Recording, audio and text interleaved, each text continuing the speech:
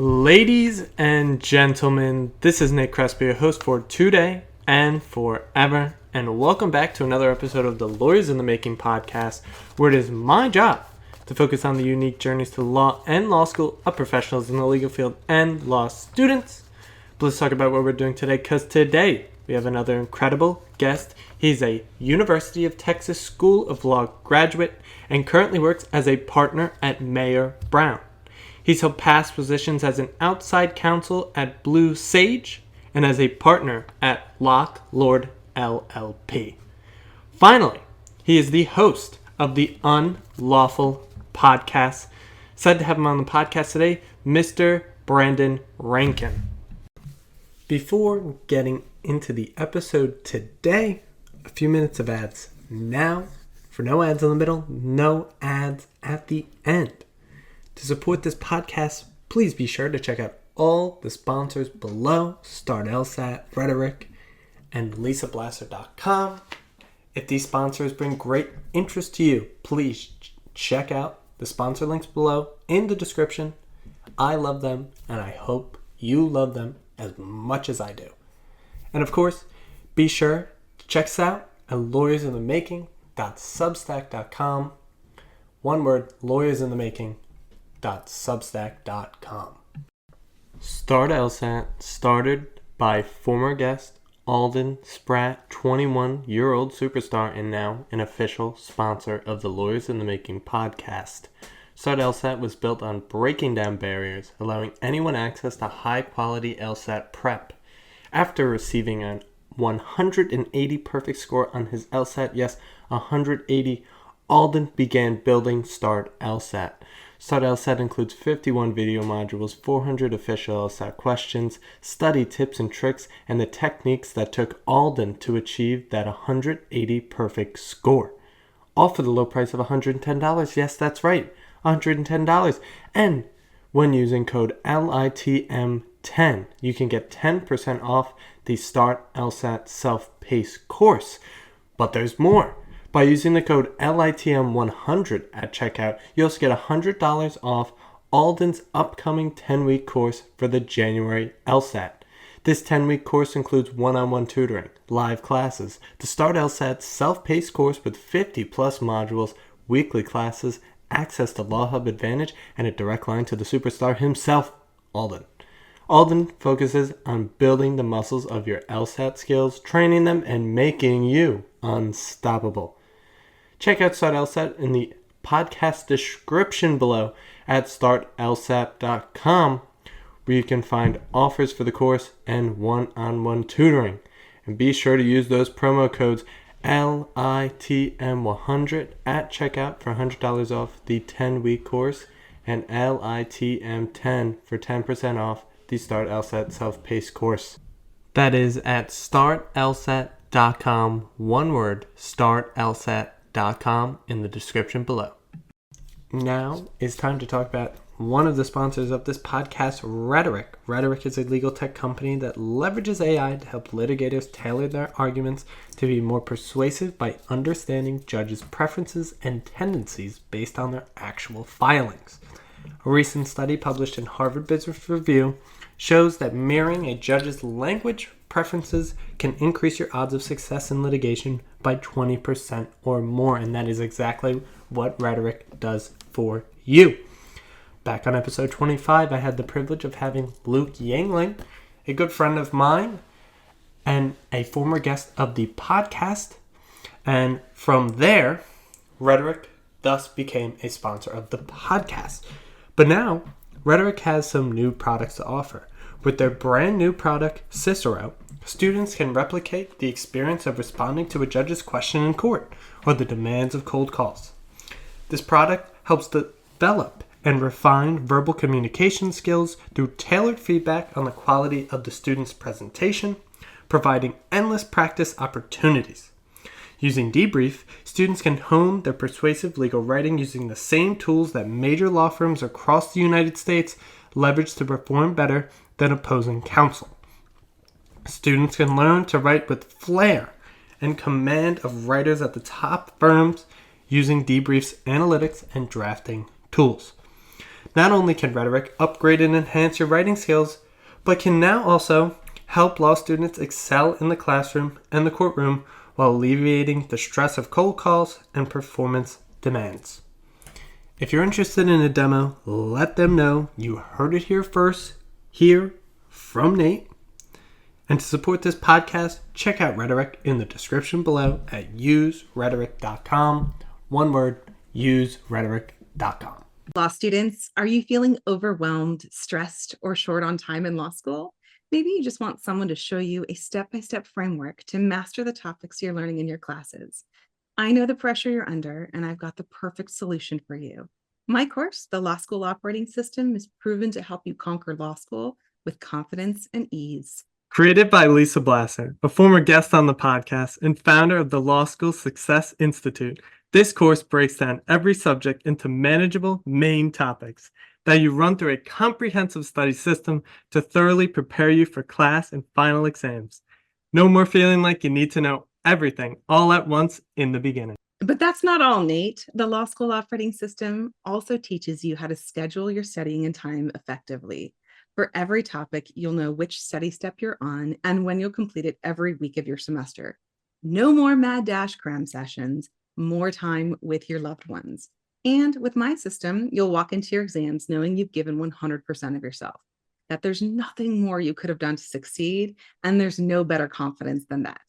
Lisa breaks it down like this: one class, one list of main topics, and one system to master each topic. With recorded and live sessions for students available on her website and partnerships with law schools nationwide, the Law School Operating System is here to help you thrive from day one to the final exam. Ready to take control of your law school journey and operate at your full potential in law school? Visit www.lisablasser.com today and enroll in the Law School Operating System. Be sure to use code LSOSNATE10 at checkout for 10% off the recorded course.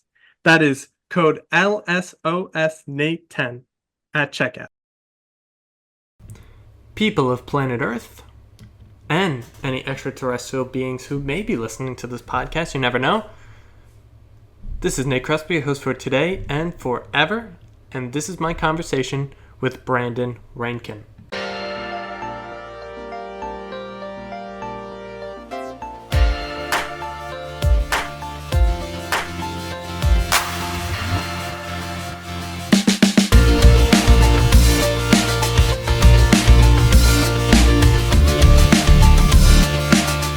Mr. Brandon Renken, welcome to the podcast. How are we doing today? I'm doing very well. Thanks for having me. Of course. Very happy to have you here today, Brandon. Now, before we get started, can you tell the audience a little bit about yourself? I am a litigator at Mayor Brown in Houston, Texas. Other than that, I am a father, a jiu-jitsu instructor, a law school teacher. I do a little bit of everything, but my job is general commercial litigation at Mayor Brown. Now, we're going to get into your journey. Just quick, I have one question. What type of jiu-jitsu are you teaching? I teach Brazilian Jiu-Jitsu. I think there are probably only two kinds, although people fight about it: Japanese Jiu-Jitsu and Brazilian Jiu-Jitsu. Most of what you hear about these days is probably Brazilian Jiu-Jitsu because that's like the MMA origins of it. And that's what I teach. I started doing it when I was studying for the bar, actually, in 2006, because I wanted to do a martial art, but I wanted to do one where you actually fought, right? As opposed to just, a lot of martial arts are more like dancing than anything else. But I also didn't want to have a headache, right? So jiu-jitsu was the way to go. Well, I hope to get into some sort of martial art in my life. It seems very, very interesting. I've listened to a lot of podcasts who talk about that stuff. Obviously, the UFC is huge. A lot of my friends Sure. watch the UFC, so I've gotten into it a little bit. I've watched a couple of the stuff, but it seems like it's good for you, good for your health as well, just in general, rolling around on the mat and such. Well, yeah, there are a couple things that I think are really critical about it.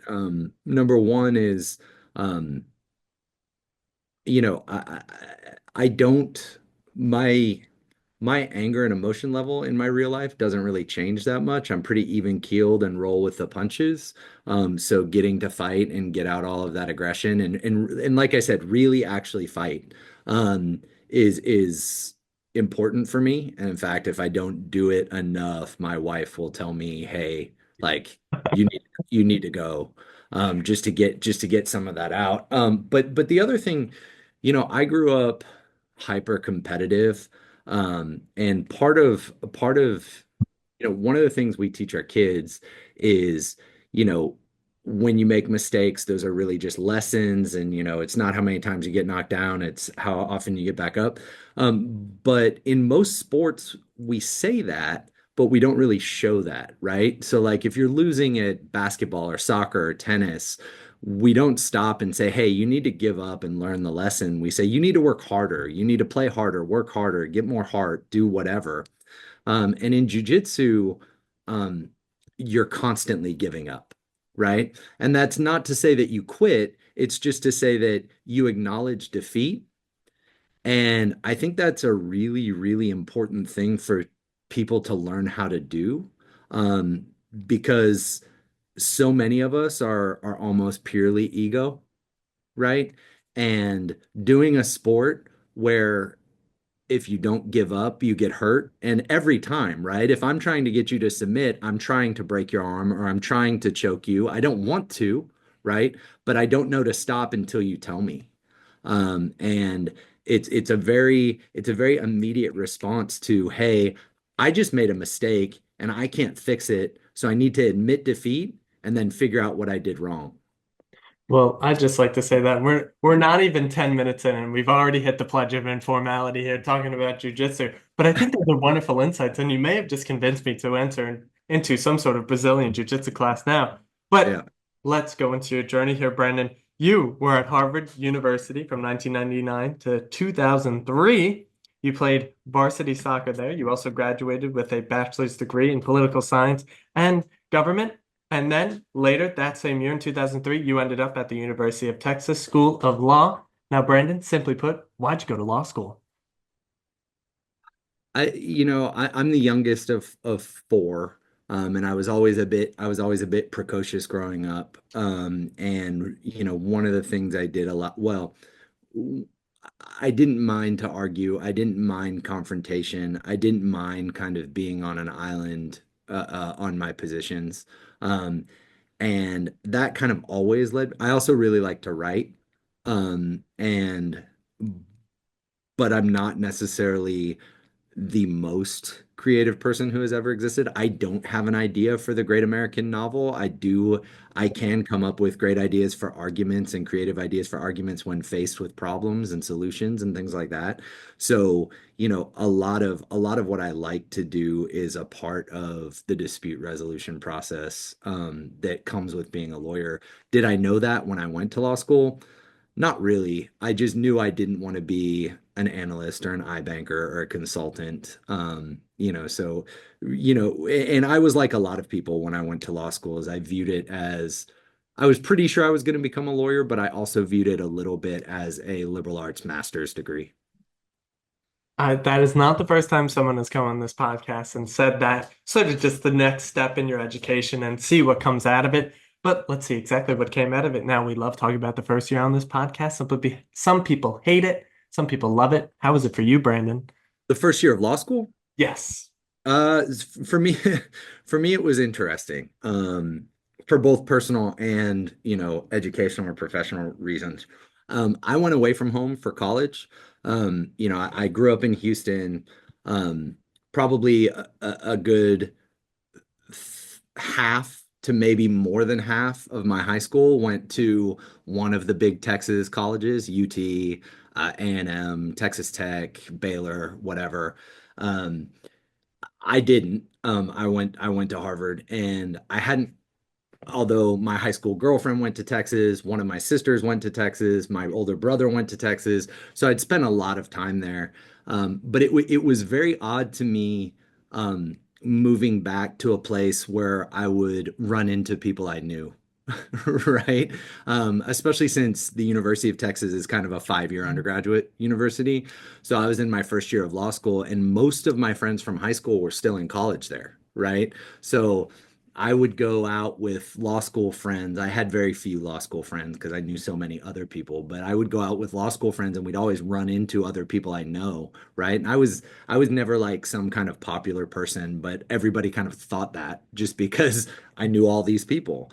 So that was an interesting aspect of it for me. And also, because of how limited but structured the first year is, there's a a decent amount of classes, but it's not a whole lot of time. And I wasn't really one of those people who was outlining and studying every day, right? I played a lot of basketball. I worked out a lot. I spent a lot of time with people I hadn't seen in many years. So for me, did the stress come? Yeah, for sure. But not really. The first, it's hard for me to relate to people who had that super agitated first year, because I already knew I wasn't the smartest person I know, right? I think that that's a difficult thing for a lot of people, right? Their first year of law school is the first time they're with a group of people where they know they're not the best and brightest, right? I learned that when I went to college, right? Not only because I went to Harvard, but because I played soccer.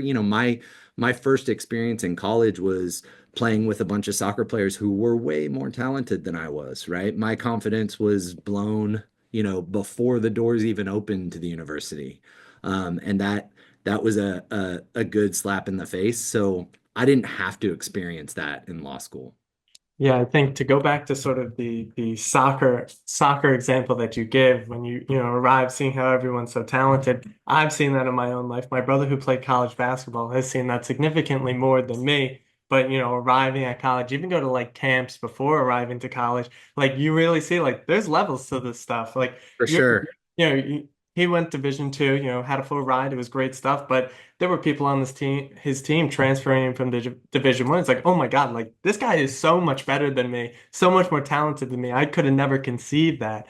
And I think it's very similar to law school when you walk in and you have all these like-minded people who are probably smarter than you, better than you, maybe have more experience than you, maybe, held legal internships or were clerks before or something like that. But going back to sort of that soccer aspect, having that background, being a Division one athlete, did it help you in any way throughout law school, being in such a competitive environment like that?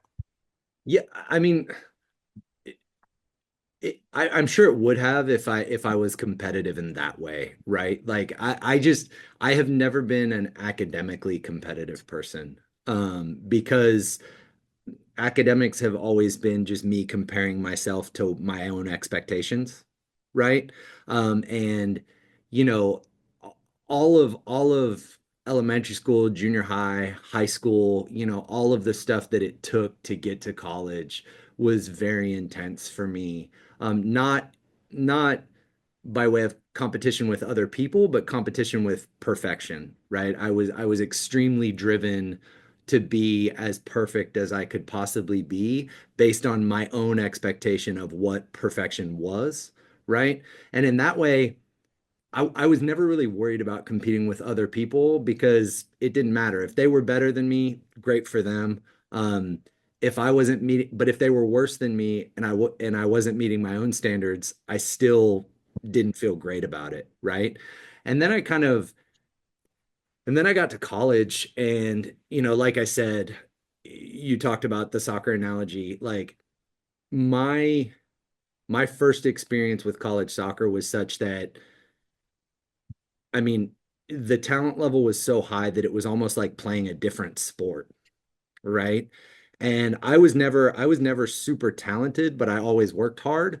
And it was really the first time I learned that it doesn't matter, right? If you are not both talented and very hardworking, there are some hills you just can't climb, right? Which is a painful realization, but an important one, I think, especially well, as long as it doesn't result in you giving up, right? Which it didn't. I played all 4 years. I had a very good experience playing, but the same thing happened academically. Although, academically, I was more driven to learn and understand than I was to get good grades. Like I was at Harvard, you know, once you get that Crimson H on your degree, nobody really cares about what your GPA was for the most part. So, you know, my feeling of it was, okay, my priorities for so long have been perfection as determined by grades, right? Do I really care anymore about grades, or do I want to prioritize something else? And I kind of decided to do that. So having not having this framework of perfection going throughout law school, sort of lowering your expectations that okay, if I don't get straight A's in every classes, it's not the end of the world. Like I can still be a lawyer at the end of this and I'll still get that JD. So what what sort of framework does that look like? Not being a perfectionist, but rather looking to understand the concepts that are brought to you throughout law school.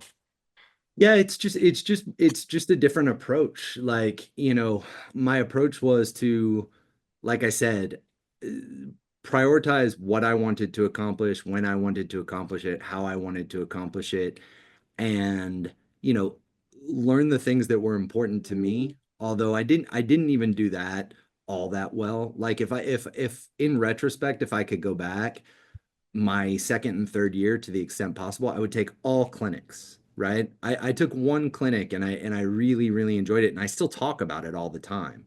And if I had the opportunity, I would probably go back and it probably wouldn't be possible, right?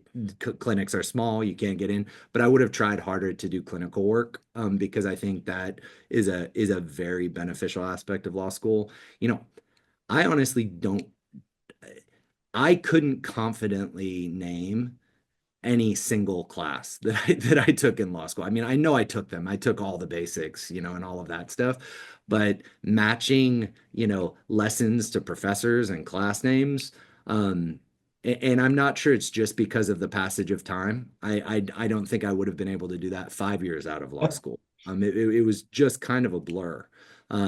And the other thing I did that was hugely beneficial is, you know, UT has a big exchange program. So I went to London for the fall semester of my third year, and was there for 3 or 4 months with, you know, 60 other kids from my law school, right? And I had the ability to enjoy that as opposed to, you know, when I went abroad in college, I was the only one I knew in Spain, right? So going with a group of other law students was a really, really amazing experience. And it was something that I tell undergrads and grad students alike, like, don't take it for granted that you're ever going to be able to do that again, right?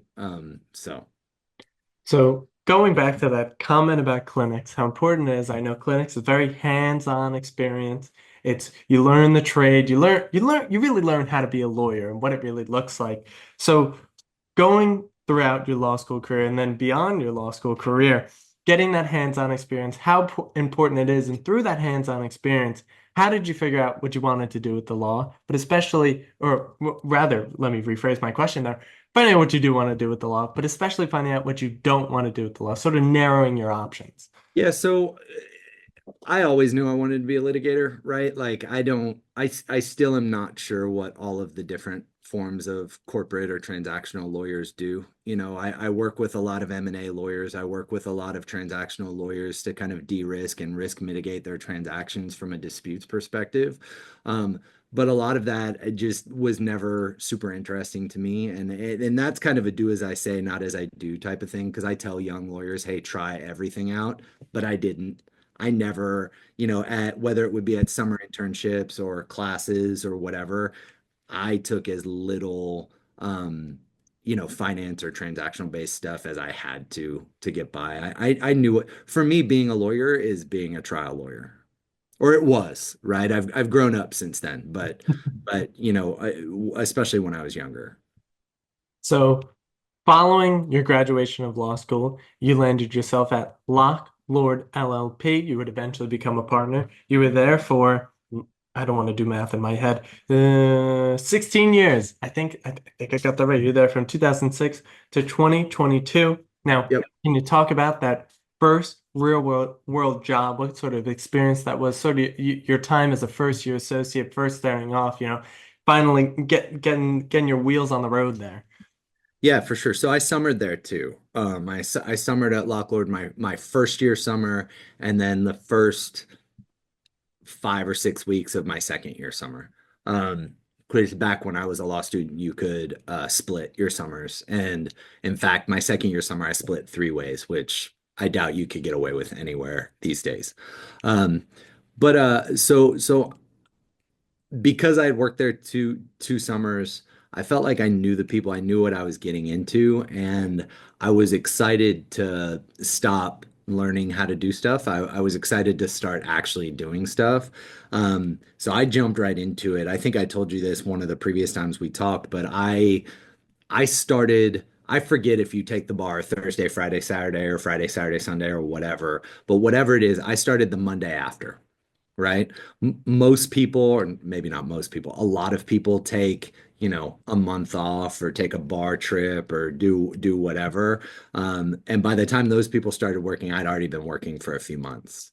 Um, in retrospect, that was massively stupid. I would not, again, do as I say, not as I do. I would not recommend doing that. But I was just kind of chomping at the bit. And to that end, I jumped in with both feet as a litigator in a big national, slightly international firm that had a long history in Texas and a good reputation. And I just went right to work. And what that meant for me was just taking on everything that I possibly could, saying yes to everything, trying to get on as many different matters in as many different fields as possible so that when something went to trial, I would be working on it, right? I wanted to be able to do every aspect of the work, right? From bringing the case in the door and evaluating it to getting the jury charge done and hearing the verdict. And the only way to do that, given the level of negotiated settlements, is to work on a lot of stuff, right? I lived roughly a block away from my office. I was always available. I was always excited to work, and I got to work. That being said, um, I still had a normal life, and I think that's just as important, right? I was working hard and I was working a lot of hours and billing a lot of hours and doing all that. But, I was still dating my girlfriend, who's now my wife at the time. We were still going on, at least one vacation a year, taking 3-day weekends, doing all that stuff. And the only reason even saying that out loud sounds dumb because obviously you have to live your life. But I think a lot of especially first, second, third year lawyers get caught up in the guilt of not doing as much as somebody else or not being just committed to working. And I think that's a huge mistake. Yeah, I obviously I've never held a real legal job in my life, but it seems like that seems like the way to be able to, not overbear yourself with so much work, to be putting in thousands of billable hours and just doing enough where you can still live a normal life. You can still take those 3-day weekends, still go on those week vacations with your girlfriend or wife, whatever it may be. Yeah, yeah. The way I describe it is look, and this has gotten even more important as I've had a daughter, but if I can do something, I do it. Right? So because there are going to be times when I can't, right? So anytime I can do something, I do it. If I can be at something for my daughter, if I can take a day off and spend it with her if she's sick, if I can anything it might be, if I can go help my mother who lives in the suburbs, right? If I can do something, I do it. That way, that leads to two positive outcomes, right? When I tell people I can't, they know it's because I really can't and not just because I don't want to, right? And it makes it easy for me to be a good person because I take out all the BS, right? All of the I don't want to or that would be inconvenient. It's just I find that people talk about life being hard and all of that stuff. I think that 99.99% of decisions are really easy. It's really easy to see what the right thing is and what the wrong thing is. We just bring in all this noise to make it hard because we have preferences and because we have idiosyncrasies, right? I try to dumb that down by just saying, look, if I can do something, I do it. Same with respect to just passing people on the street, right? If I can make somebody's day, I do it. Always, always, always. I agree with that a lot. And I think even in terms of, saying if you can or you can't, you're sort of setting expectations for your colleagues as well, as to Right. in terms of, when you're available, when you could do things, and when you actually want to block out some time, like, hey, you know what, I'm going to take this day to spend with my daughter. And they'll completely respect that. And if they don't respect that, then you're probably in the wrong place. You may have Right. to find somewhere else to go. So I think that's such an important sentiment to put out there as well, to set those. And no, and you make a really good point, and it's one that's really hard to convince people of. Like, hey, if you're in a place where you make a decision that is authentic to you, and it is so thoroughly questioned by others that it makes you feel bad about being you, you're in the wrong place. Like, there's nothing you can do to fix that problem. There will never be enough money to numb that regret, right? So you just got to get past it. I, of course, I'm agreeing so much today, Brandon. But it's sort of as well that money aspect as well. You never want to be chasing that dragon because Sure. there you could be, multimillionaire, have all this stuff in the world. I mean, they always talk about all these rich people. They're very, very rich, but they're also very, very sad. They live very empty lives, whatever it may be. But there's nothing wrong with living a normal life. There's totally nothing wrong with it. Having a family, having a daughter, and being able to spend time with her and have wonderful moments that they'll never forget and that you'll never forget. But Well, and it's funny because I have to kind of, you know, I'll be talking to young lawyers, I'll be talking to law students about, the real dollars and cents of the business, and you get very jaded because there is so much money in the business, right? Both in how much lawyers make and in how much they charge and in how much our cases are worth and stuff like that. And especially because I'm a white male, right? In a very upper class profession, right? It's easy for people to think they figure out who I am just from what I am, right? And I'm constantly reminding people like, I grew up extremely poor, right? And like not kind of poor. Like my mom did a heroic job convincing me that I was in the middle class. We were not, right? We survived on food stamps for a lot of the time. My dad was in prison for a lot of the time. Like the I dealt with it's not like I walked in from, rich white guydom and just continued, marching to the beat of everybody else's drum.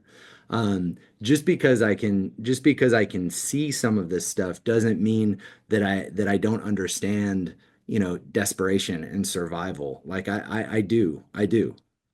And I think even having those past experiences, it helps you connect with other people as well. Because maybe they see you on face value, like, oh, this guy has all the money in the world, whatever, he's on that path. But it's like, no, I have these experiences. And you could even compare them to experiences that other people have had. Because at the end of the day, we're all human beings. That's what connects us all Sure. at the foundations of it all. So having those experiences is so important and sharing those experiences because I'm actually very happy. I'm ecstatic that you're so candid on here on this podcast today, Brandon, because it's great. People need to hear it. It's great to share those experiences because someone out there may be in the same spot as you, may have experienced those things as well, and they could connect even that more. But going back to your 16 years at Locklord LLP, obviously you started as an associate and you climbed that ladder all the way to partner. Now, what advice would you give to maybe those young lawyers or those aspiring lawyers?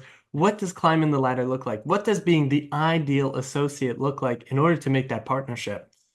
Yeah, I think this is something that I think about and talk about with people a lot because I think that especially with the proliferation of, you know, internet guides, whether it be above the law or whatever, internet resources for saying, hey, here's what associates should do and here's what associates should expect. You end up with kind of this very narrow, manicured kind of machination of what, like you said, a perfect associate is or should be. And I'm just not convinced that any of that works, right? And that manifested itself in my life a lot. As I got to sixth, seventh, eighth year, you start getting the question, okay, what's going to be your niche, right? How are you going to fill a hole for the partnership? And fortunately, the law firm that I started at, Lock Lord, uh, allowed me to design my career in whatever way I wanted to. And that's not necessarily an altruistic move because I could have done it in a way that resulted in failure, right? And they would have allowed me to do that, right? And my ideal career was as wide open as possible, right? One of the things that I love about being a lawyer is that I get to be on everybody else's team and that I get to be faced with very steep learning curves, both in terms of industries and in types of claims and types of courts. And I want to do all that. I want to try cases in New York and California and Clark County and Chicago and, wherever it may be. And Lock Lord allowed me to do that. Do I think that that's the perfect way to be an associate? No. It did make me a very, well, that made me an incredible associate, right? Because I always billed a ton of hours and I always had a ton of revenue. That made me a very problematic partner, especially at the beginning, because I couldn't go to a client and say, "Yep, I'm the expert in that, and all I've ever done is that kind of law or that kind of case," right? Because I hadn't, right? I'd done it all. Um, and that takes some work. It takes some work to reconcile the preconceived notion that you can't be good at a lot of different things, right? We talked about transactional lawyers. Transactional lawyers are very kind of narrow in their scope, I think. Sometimes litigators are a little bit broader, but even when they are, and even when they're capable on a broad scope, you have to convince people. You have to convince people, yeah, I have, I am not, you could never call me just an oil and gas lawyer, but I am also an oil and gas lawyer, right?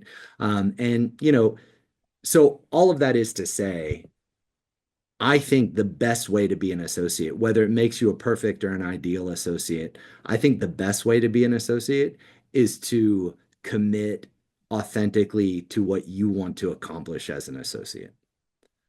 So we've talked a lot about authenticity now, but why do you feel that authenticity is so important? Just broadly, in your own words, why do you feel it's so important? Just in general, in your career, personally, professionally, Sure. anything like that.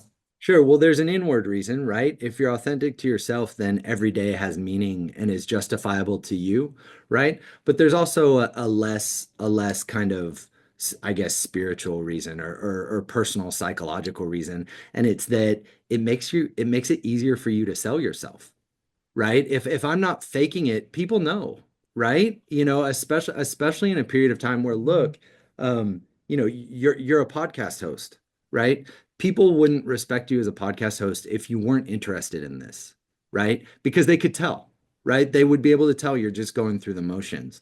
And that authenticity is an element of your marketing, right? And all of this is marketing, right?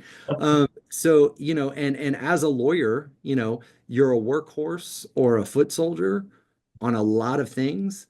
But that year, whether it's the eighth year or the sixth year or the 10th year, where you flip and you're essentially running your own business because you're in charge of your own practice, you are also just a salesperson and you are just a service provider. And it is much easier to do that and to convince people to put their businesses and lives and livelihoods in your hands if they trust that when you say you are something, it's because it's really who you are, not just because you want them to think that's who you are.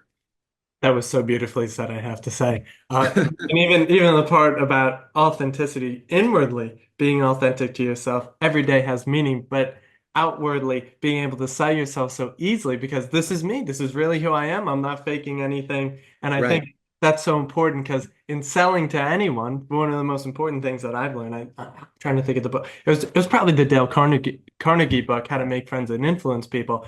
But he basically said in that book very much, it's like the first person that you sell to is yourself. If you can sell yourself to yourself, then you can pretty much sell yourself to anyone because you believe it, they believe it. It's also authentic. It's also there. But Well, the other thing about that is, and I know this sounds counterintuitive because I'm talking a lot about myself here and now, but if you're authentic to yourself, you don't really have to tell people about it because they see, right? So it makes it easier to listen, right? You show people who you are so you don't feel the need to remind them. And then when you're communicating with them and interacting with them, you can really just hear, right?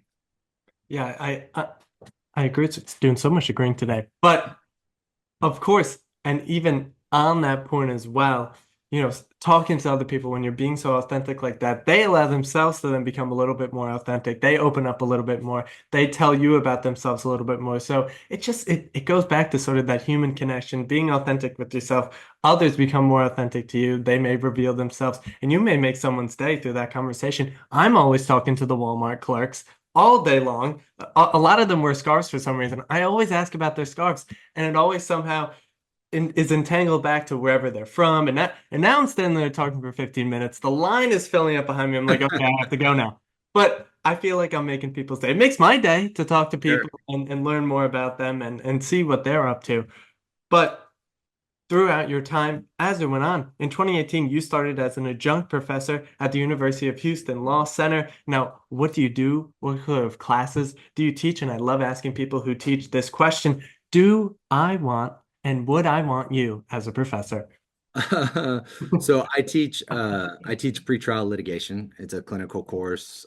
We have a lot of professors because we break into teams and we basically take a case from inception to discovery to the final is a summary judgment. And they have to write a summary judgment motion and then argue it. And they argue it to a real judge in a real courtroom. So it's a real clinical class and it's super fun. Um, I would hope people appreciate having me as a professor. I, you know, um, I try hard, to teach people about what I think it's like, how they can go about creating their own style and creating their own approach to the law. And like I said, it's been interesting this semester, especially because the lectures I've done this semester, I change up my lectures every year and I try a new approach, whether I'm doing the same subject matter or a different subject matter. And this year it really made me feel good because the two lectures I did, both of them, the head of the class, who is the only one of us who's a full-time U of H Law Center employee, said, you know what, like that really worked, and that was super exciting. Like we do all these things where you win and lose at work and you do big and small things and you have crises and triumphs and all that. But the thing that I'll remember for this year is that I tried things and I did lectures that engaged the students and that another one of my professors actually said, we're all trying to keep up a little bit because you really did it with those two. So I'm actually going there tonight. Oh, look at that. Well, it's always just giving that further importance of trial and error, experimenting with new things, and see what happens. If it doesn't work, it doesn't work. If it works, great stuff. But It's also funny because I've been teaching the class long enough now that I see students in the wild on occasion. I mean, that's probably crazy. It's like, especially if they're like going against you or something. It's like, I taught you those things, and now I know your playbook a little bit. Yeah, I haven't had that happen yet, but I see them all around for sure. Well, I mean that's probably great as well. It's like, oh my God, it's like I saw you as a student and now you're here as a real litigator, really doing the things that I was teaching you about. You're taking that knowledge and you're bringing it to your real world work. But in 2022, you made the jump to Mayor Brown as a partner. Now, I ask, what made you make the jump to the new firm? What went into that decision? Why'd you do it? Um, so it was, first of all, it was a really, really hard thing for me to do. And I know that sounds stupid. It was a big firm lawyer jumping from one big firm literally across the street to another big firm. So it sounds really dumb making that a big deal.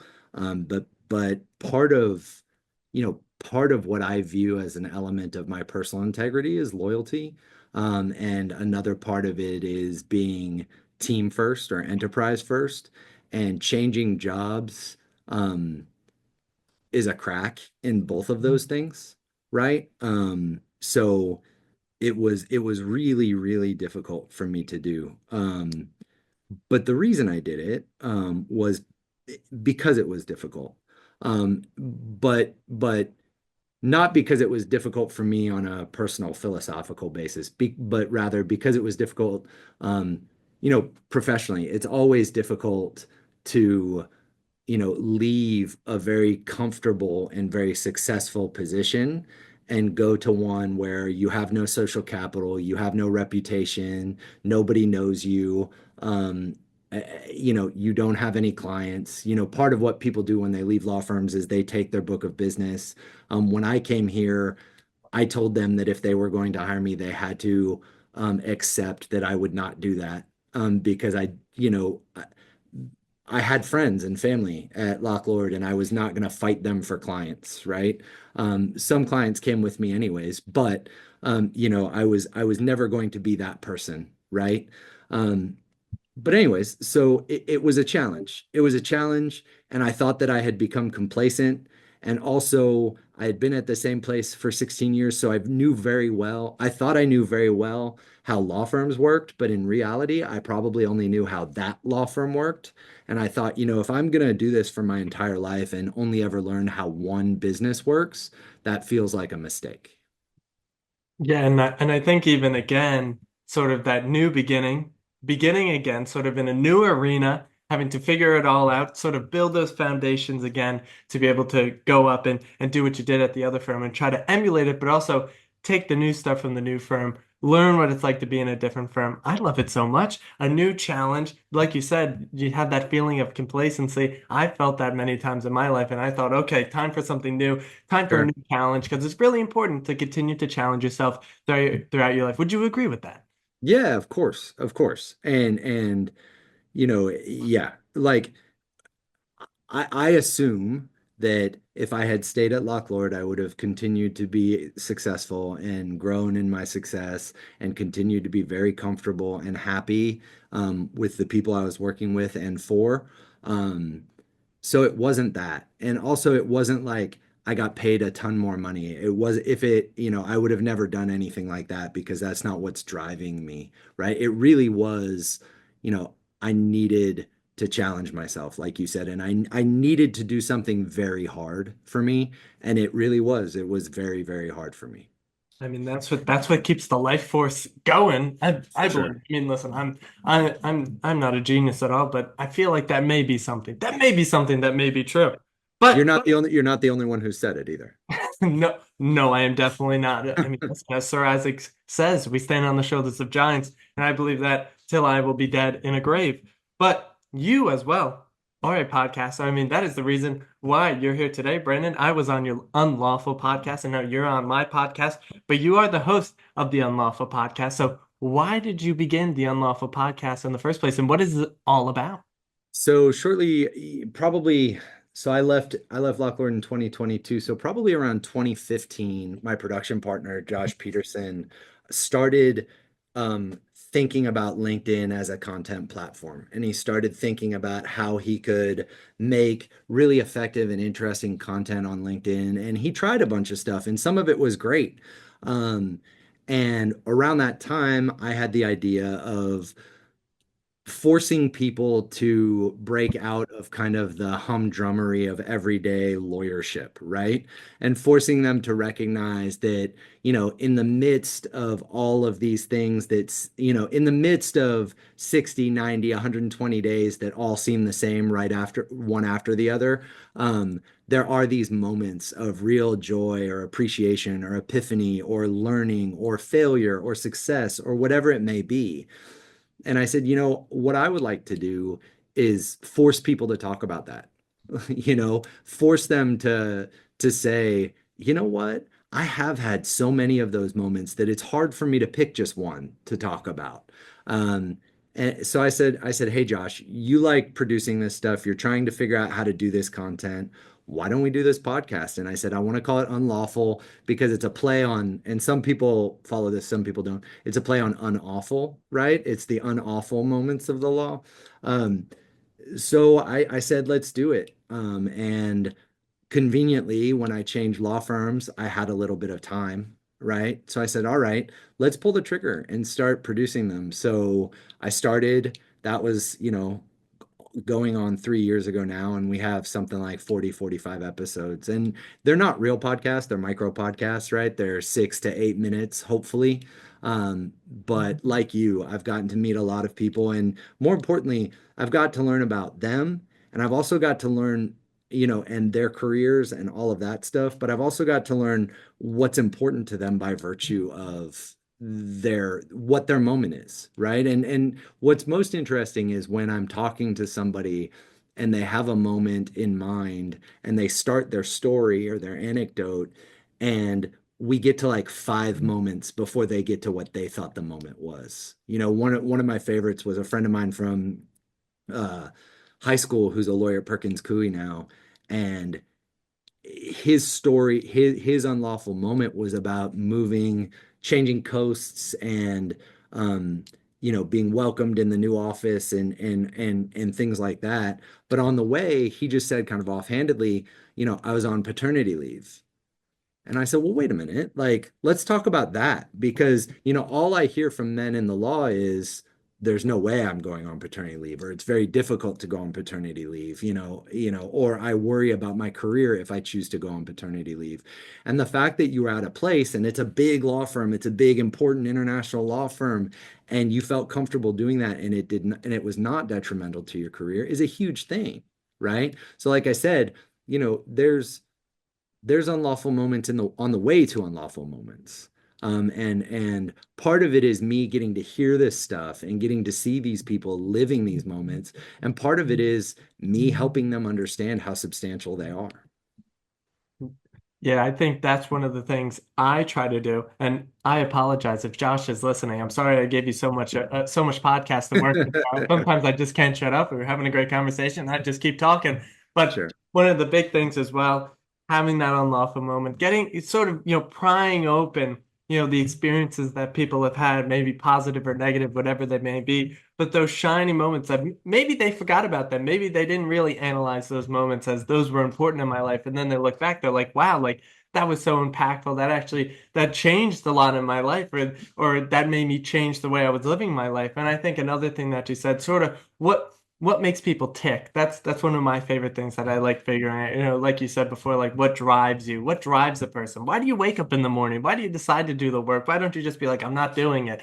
So that's another thing I always Well, and what has been super funny about talking to people about their unlawful moments is how often, the number of times I've told somebody, "Oh man, they called your bluff," right? Like how many people we talk about, especially as lawyers, we talk about being hardworking and independent and strong-willed, and we do all this stuff because we want to. But it's been really, really interesting and exciting and invigorating to see how many of these moments relied on other people, right?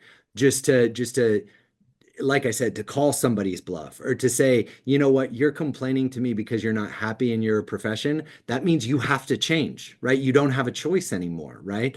And, you can say call their bluff, you can say push them off the cliff, you can say do whatever. But it's been really, really intriguing to see how no matter how isolated we sometimes feel in this profession, how so many of the meaningful moments are predicated on being with other people.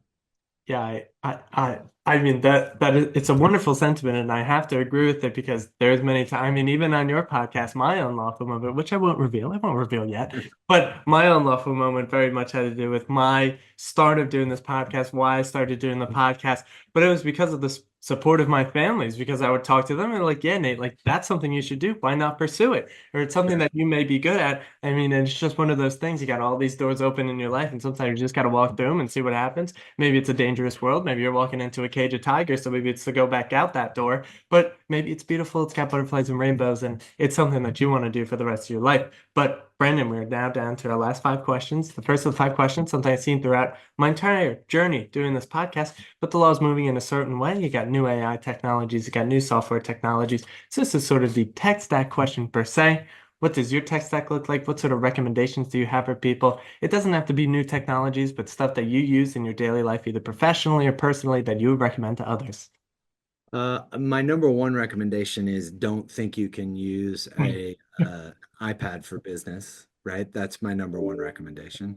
Um, and it's funny because it always seems to be the older lawyers who think they can.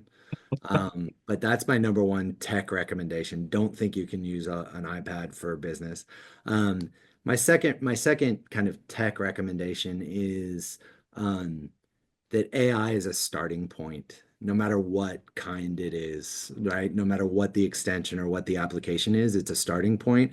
That being said, it's a better starting point for some things than it is other things. One of my really close friends, I'm actually speaking with him at a conference on Monday, started an AI document review platform called Silo, and it is one of the most incredible applications I've ever seen, right? It it will change.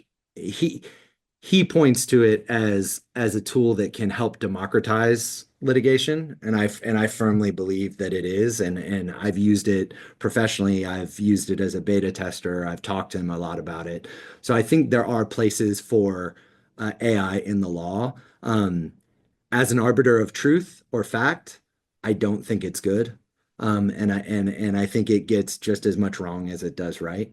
Um, but other than that, it's funny, and this is a stupid one, but I'm going to say it because I don't think anybody will have said it before. The snipping tool, right? Um, I think it's on every Microsoft computer, but it's just a tool that allows you to snip stuff from documents. And the reason I bring that up is because in briefing, visual differences are very interesting and important and exciting, and they allow you to paint pictures. And I've heard it from judge after judge after judge that, putting stuff other than words in your briefing and in your writing is more interesting and more effective. And one of the best ways to do that is the snipping tool. So I don't necessarily have a tech stack, but I have two recommendations. Don't use iPads for business and use the snipping tool.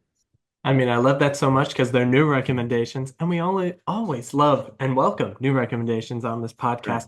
And I agree on that point about the judges because they see so many briefs, they see so many things that come in front of their desk. So if they're reading something interesting, they're going to remember it and probably rule in your favor, I would think. Sure. But Sure. for the last question here, Brendan, live on the Lawyers in the Making podcast, what are your book recommendations for people? Doesn't have to be about the law, just some of your favorite books you've ever read, something to give a gift to someone. Sure.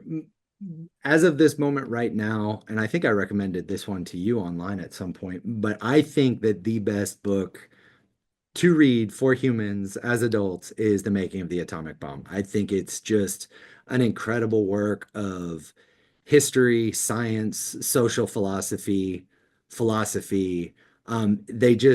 He just packed so much in so quickly.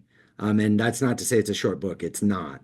But man, and not only that, it's a period of time where the best people doing the most amazing things were often in the same rooms, right? I mean, it's just it's a crazy it's a crazy piece of historical fiction or fact. I mean, it's supposed to be as fact as possible, but I highly recommend it.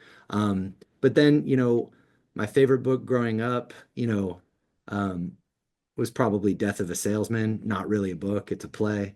That has personal biographical reasons. But man, I actually I'm recommending to everybody right now, well, and more directly, I give all of the litigators in my firm a book every year for Christmas. Last year it was Unreasonable Hospitality. Yeah. Um, I think that's a great one to read. It's a little bit self-serving, but I like Will Guidara. I think he does a good job of making the point. This year, I think it's going to be The Anxious Generation. I don't think that um, I don't think that you are going to be able to functionally work in society without understanding the impact of the rewiring that's identified in the anxious generation. Whether you agree with him or not, whether you want to make counter arguments, whether his studies are the best studies, who knows? I haven't peer reviewed the book, but there's enough there that it has to be real, right? And in order to for the younger generation, in order to interact with the older generations, you're going to have to understand what those differences are. And for the older generations, in order to bring them along and teach them, you're also going to have to understand that. So I have good news, I have bad news. The first good news is that we've never had Death of a Salesman on here. We've never had Anxious Generation recommended. Unreasonable Hospitality might be the number one book that has ever been Really? recommended on it. Everyone, literally every single lawyer, legal professional, law student, pretty much anyone always recommends that book. And I have had one other person recommend Making of the Atomic Bomb. Now, here's the bad news. I saw Oppenheimer in theaters. I didn't like it. I know. So, I thought so, it was too long. well, so here's what's interesting about that. So I saw Oppenheimer in theaters. I read The Making of the Atomic Bomb. I read American Prometheus. I read Rising Sun, which is the follow-up to Making the Atomic Bomb. And then I watched Oppenheimer again, and it's way more interesting. I mean, there are people in Oppenheimer that don't even get speaking parts, characters who are the best mathematicians who have ever lived, right? And it's so interesting to watch that movie when you understand all of the background. So I would encourage everybody to do that for sure. Well, I may have to take a rewatch. I just thought it was like an hour too long. Because after a while, like it's like they're just talking for a while. I'm like, Yeah. like the bomb drops. Like I think it was Yeah, but maybe like once you understand, I mean, look, the Robert Downey Jr.'s character, once you have read enough of the background to understand the true impact that he had on history and how negative it was and like how much you really hate that guy. And then there's a moment in Oppenheimer in the movie where they reference one of the new people at Los Alamos as being, a newly made British citizen, right? That guy, and I'm blanking on his name, but that guy was the most successful spy in the history of spycraft, right? And like he's barely a footnote in the movie. And when you understand his story, I mean, I mean, everything that's happening in every moment of that movie is so substantial that it's just, like I said, I enjoyed it way more after I read the book, but so it might be worth it. I'm always a book over movie guy. But Yeah. I'm gonna have to take a second look then. But third to last question here, Brandon. What are the types of things you consume, not food, consume on a daily basis, either it be through social media, so Instagram, Twitter, YouTube, Reddit. People apparently still use Facebook. What else is there? I mean, there's like TikTok, there's all these different social media apps, anything like that. Any podcasts you listen to that you would recommend to people, any Substacks or newsletters. What is crossing the transom of Brandon's mind on a daily So, basis? so I work very hard to listen to a book on Audible, not a full book, but obviously parts of books a day. I find myself going down rabbit trails, on books. I'll get to a subject matter and listen to like, as I did with the making of the atomic bomb, listen to like 5 or 6 books, either because they reference each other or whatever. So that's really important to me. I'm just like the rest of us. I'm addicted to Twitter and Instagram, whether I'm paying attention to it or not. But I'll flick through it.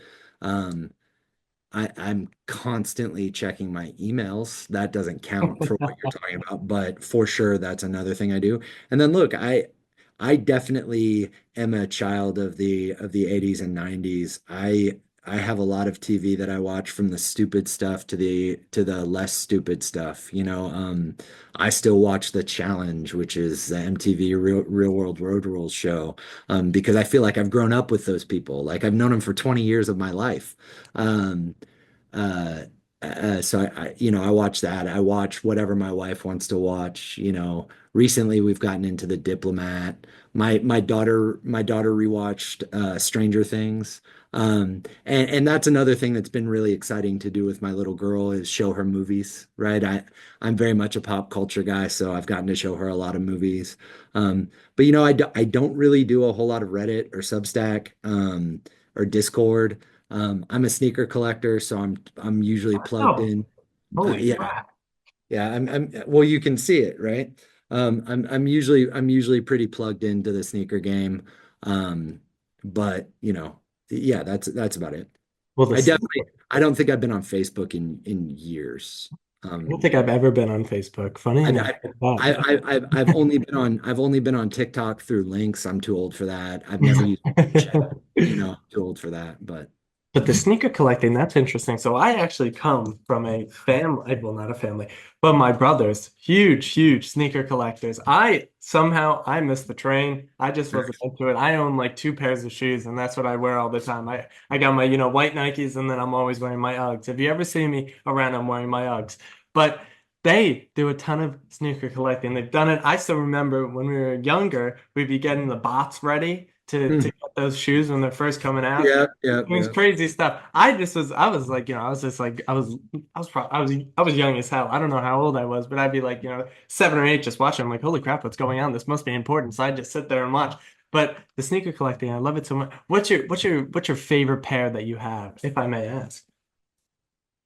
So it's a difficult question, right? Because there's like my favorite model, there's my favorite collab, my favorite like sentimental reason. If you Google me, if you Google Brandon Rankin bespoke Air Force One, I proposed to my wife with this shoe. Obviously that has to be somewhere on the list. It's also the only one of my shoes that has been bootleg. They make it in China. Um, but I also have, like my dad has Parkinson's, so when the Air Mags came out and they were auctioned on eBay, I bought a pair of those. But probably if you just ask me what my favorite shoe is, it's probably just the Zoom Spirit on in the original colorway. Like nobody cares about it, but you know. I remember, so my brother, which is we shared a room, so he actually for Christmas one time he got 2 shelves. That's what his Christmas present was. So he put all the shoes up there, and so I'd be sleeping. I look directly at them. My favorites were always the foam posits. They're very very popular. They once were extremely popular. We got the Weathermans, you got the red ones, and then there was the Charles Barkley shoes that glowed in the dark that gave me my light for the night. Those were Nice. always one of my favorites. I love Yeah, those. that was an all-star release, and probably those glow-in-the-dark Barclays came out the same year as the Galaxy foam posits. Yes. Oh, that's the ones I forgot. The Galaxy phone posits. I don't know if my brothers ever got those, but my brother has like the Air Jordan ones. Those are my favorite in the classic Bulls colors. But They're what re-releasing they're re-releasing the Galaxy foam posits next year, so be on the lookout. well, I will let them know. I am for I don't know why. I just missed the train. I never was really interested in it all. Yeah, yeah, yeah. It's I'm like not it's something that either hits you or not. For me it was like the perfect cross section of a bunch of stuff, right? When I was young, I only got one pair of shoes, so I didn't have enough money. So and I was young in like a very golden age of sneakers, right? From like 92 to 2000, right? You have like 95s, 96s, 97s, like a bunch of stuff happened in that time period. Plus Jordan 5s, Jordan 11s, right? Like all of that stuff was happening at that time.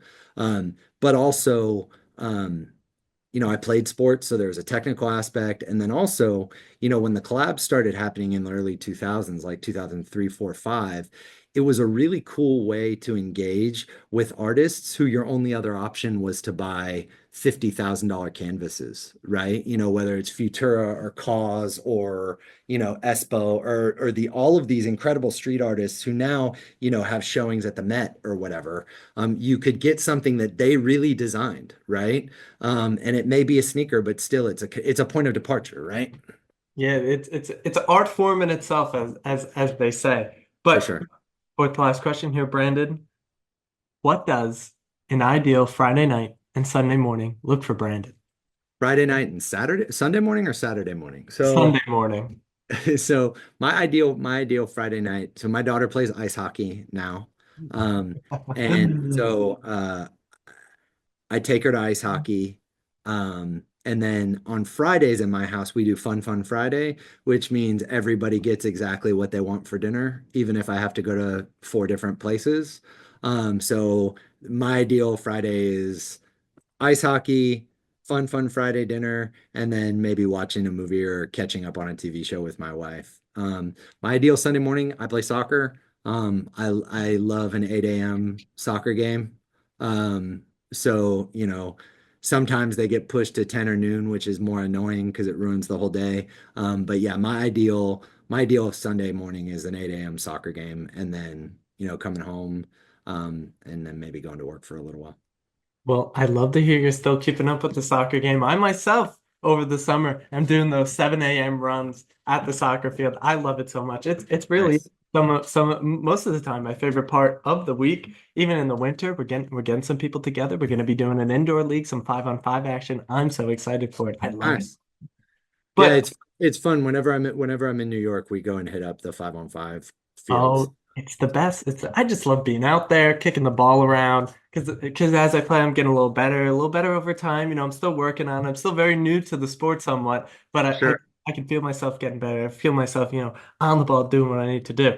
But final question here, Brendan, do this at the end of every single episode. But what are your words of wisdom for the aspiring law students, the current law students, and the legal professionals out there in the world? I'm gonna go back to my I've already used the you can do something, do. So I'm gonna go back to my personal philosophy, which is um it's better to be good than great. And I will go to my deathbed believing that, and all of that entails. And to be clear, it doesn't mean that I don't want you to aspire to be better than you are today. It just means that I want you to always be good as you're doing that.